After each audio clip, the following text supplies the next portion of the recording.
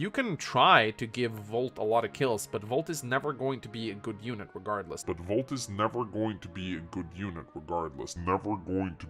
good unit. Hold it!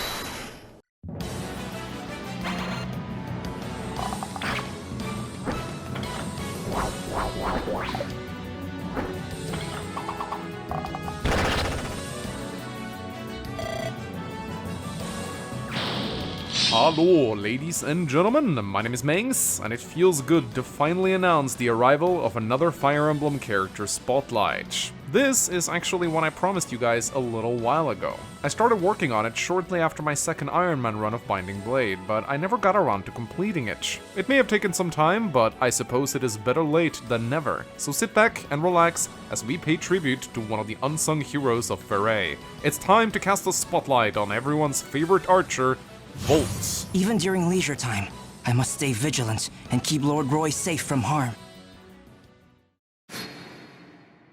Wolt is a knight and retainer of House Pherae, and a good childhood friend of Roy. He is the son of Rebecca from Blazing Sword, and depending on who she is paired up with in that game, Wolt can be the son of either Will, Lowen, or Sain. Wolt and Roy grew up together at Castle Pherae. His mother, Rebecca, was Roy's wet nurse, and the two boys spent a lot of time together every day playing. Aside from Hector's daughter Lilina, whom Roy seldom saw, Wolt was one of the few friends Roy had at the castle that was around his own age. However, as the two grew older and Roy started taking on more responsibilities, a divide started growing between the two. Wolt, who idolized the other knights serving Eliwood, wanted to become more like them. He dreamed of serving Roy one day with the same passion and dedication that they served Eliwood with. But little did he know that what Roy actually wanted was not another servant, but a friend. In the events of Binding Blade, Roy is thrust into the position as leader of the Lycian Alliance when war breaks out, and Wolt is part of his band of knights serving alongside him. However, during the war, the distance between the two only grows larger, as Wolt starts to act less like Roy's friend and more like his subordinate. When Roy calls him out on this, saying Wolt is starting to sound more like Marcus and Merlinus, meaning it very much as an insult, Wolt mistakes it for praise, as he greatly respects those two. Unbeknownst to him, this angers Roy, who is not interested in losing one of his only remaining friends. Wolt, however, remains blissfully ignorant of this until Roy brings it up in their final support conversation.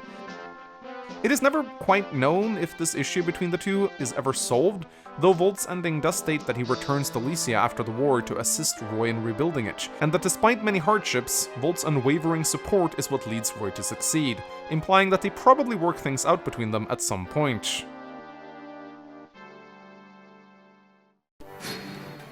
Wolt is a youthful, impressionable boy that struggles to find his place in the world. Being the youngest and least experienced of all the knights in Roy's service, he's extremely insecure and is often seeking guidance from the older members of the army, such as Marcus. He looks up to the other knights, such as Alan and Lance, and wants to be just like them, though he often questions his own worth, as he doesn't see the bow as being a very heroic weapon. Marcus acts much like a mentor to Wolt, and we see this play out in their supports, where he asks if the veteran knight can teach him how to wield a sword.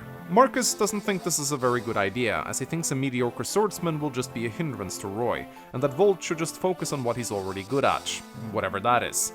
Wolt claims that the bow is not a very good weapon to protect someone with, and that he feels inadequate. But Marcus changes the topic, saying that Wolt can help Roy in other ways, such as providing moral support, kinda hinting that Wolt should go and build that support with Roy already. Marcus also hilariously points out that Eliwood in his youth struggled because he had no one around him that was close to his own age. Yeah, poor Eliwood. Absolutely no one around him that he could relate to. Anyway, Wolt eventually gives up his dreams of learning how to use a sword, and that's a good thing, because being locked to swords is arguably a lot worse. Just ask Roy. Volt's supports with Alan and Lance are both very similar. With Alan, he watches the young knight train on the battlefield, and while he first thinks it sounds like a bad idea, Alan's insistence on becoming stronger inspires Wolt to start doing the same thing. That's it. Literally, there's nothing else to this support. Wolt just starts training and Alan goes, "Yeah, that's right."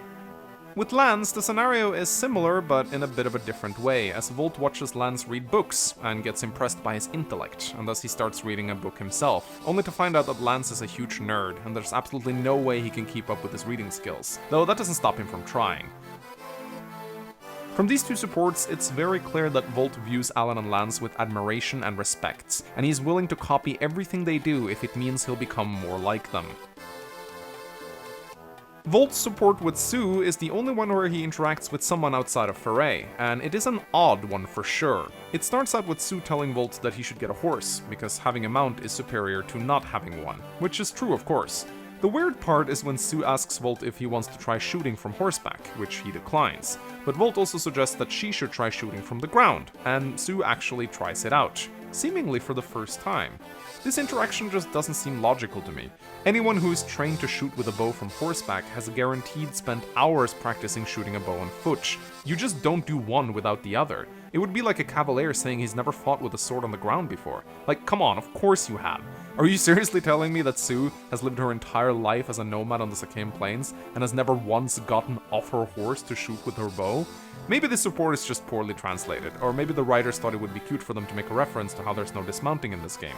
Binding Blade does occasionally have these weird meta supports where two characters discuss in-game mechanics. Anyway, they finish off by figuring out that Sue can just give Wolt a ride on her mount whenever he needs to get somewhere, but states that it would be impossible for him to shoot while being her passenger, alluding to the rescue mechanic and how it works. As I said, a very strange interaction, though funnily enough, they actually reference this support in one of Volt's hero's voice lines. I should have let Sue teach me how to ride a horse when I had the chance. Finally, there is Volt's support with Roy, which I included as part of the first segment since it's very central to Volt's story. I've already mentioned most of what goes on in the support, with Roy being frustrated over Volt acting like his servant rather than his friend, but I didn't touch on the ending. The support ends with Roy sneakily confronting Volt about his frustrations, but pretending like he's upset with someone else in the army as to not make Volt defensive. However, towards the end, Volt realizes that Roy is talking about him and seems very uncomfortable. But then Roy proclaims he feels a lot better, as if the issue is resolved merely by him bringing it up. It is never revealed if things actually get better, although their ending seems to be happy enough, so we can only guess.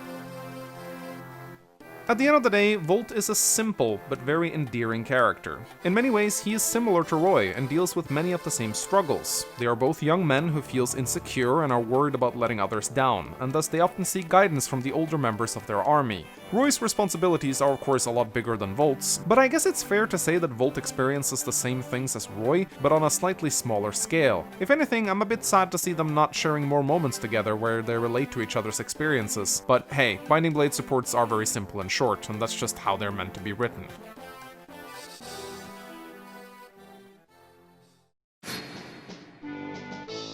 If Volt ends up being the son of Sain, it is stated that he is nothing like his father.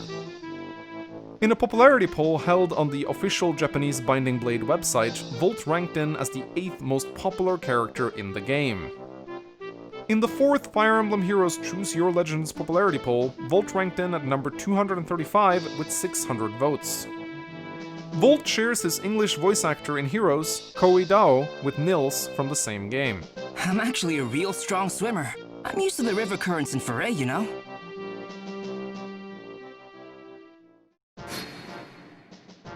Volt is an archer that joins your squad from the start of the first chapter, meaning he is available for the entirety of the game. When people talk about the archer curse in Fire Emblem, Volt embodies all aspects of this label. He joins as a level 1 archer with awful bases. At most, Volt can provide chip damage from a distance, either picking off enemies that are left very low, or providing those few extra hit points of damage needed for your other units to secure their kills. And sadly, that is what Volt contributes in the early game. His inability to do anything on enemy phase means his experience gains will be very slow, and you will often find that Volt falls behind as the enemies simply outpace him. The Binding Blade early game is also really unfair to Volt in regards to what enemies you encounter. Bulky brigands and fighters with tons of HP, armor knights and cavaliers with sky-high defenses, none of these are easy targets for him to chip. And unlike Fire Emblem 7's early game on Hector mode, which is crawling with squishy Pegasus knights for your archers to shoot down, the only flyers you'll be encountering early on in Binding Blade are the Wyvern Knights of Chapter 7, which Volt will not deal with reliably.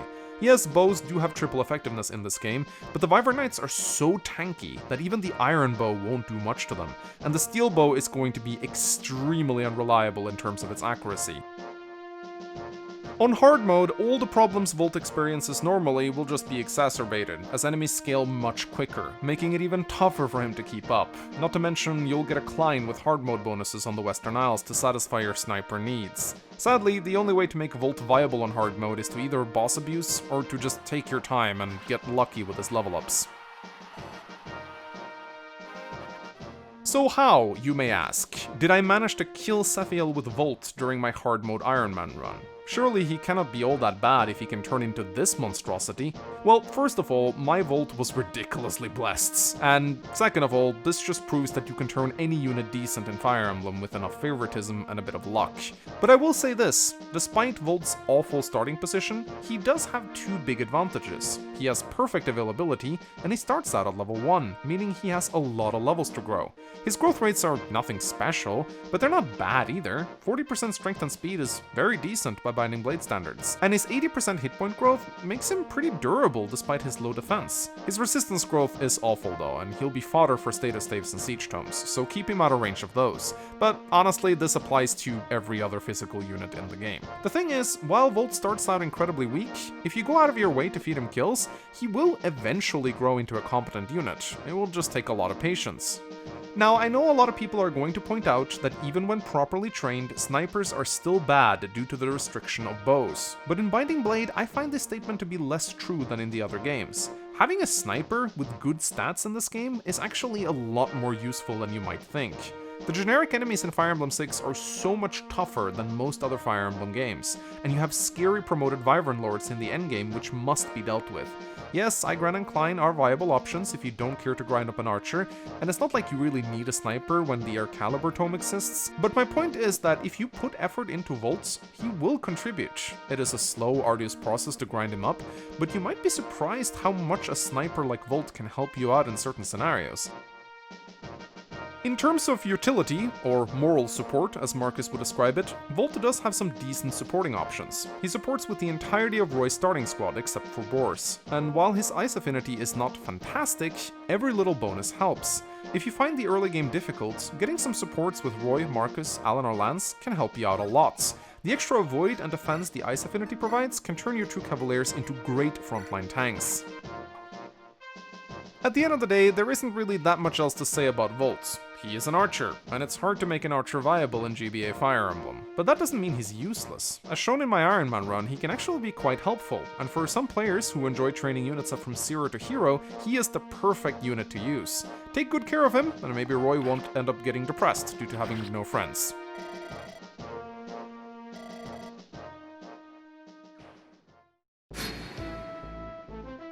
I actually like Volt's character a lot. He is not what I'd call an overly complex personality, and his supports are short and simple, but they're good for the most part. I enjoy the conflict between him and Roy as a result of Volt's desire to be more akin to the other knights, and his interactions with Marcus are also really cool. I always loved those older mentor-advisor supports. Wolt is an endearing character, and I like that. 3 out of 5 stars. Character designs in Binding Blade can be very hit and miss. For the most part, there's just not that much to say about them. Of course, there are exceptions, such as Deke, Igran, and Echidna, but I always felt like everyone in Roy's starting squad kind of failed to stand out from the rest. Their official art is a little weird and strangely simple in many ways. Still, I don't think Volt's design is bad. He proudly wears the colors of Pherae, and its simple, elegant design is great for a simple, elegant character. I rate it 3 out of 5 stars.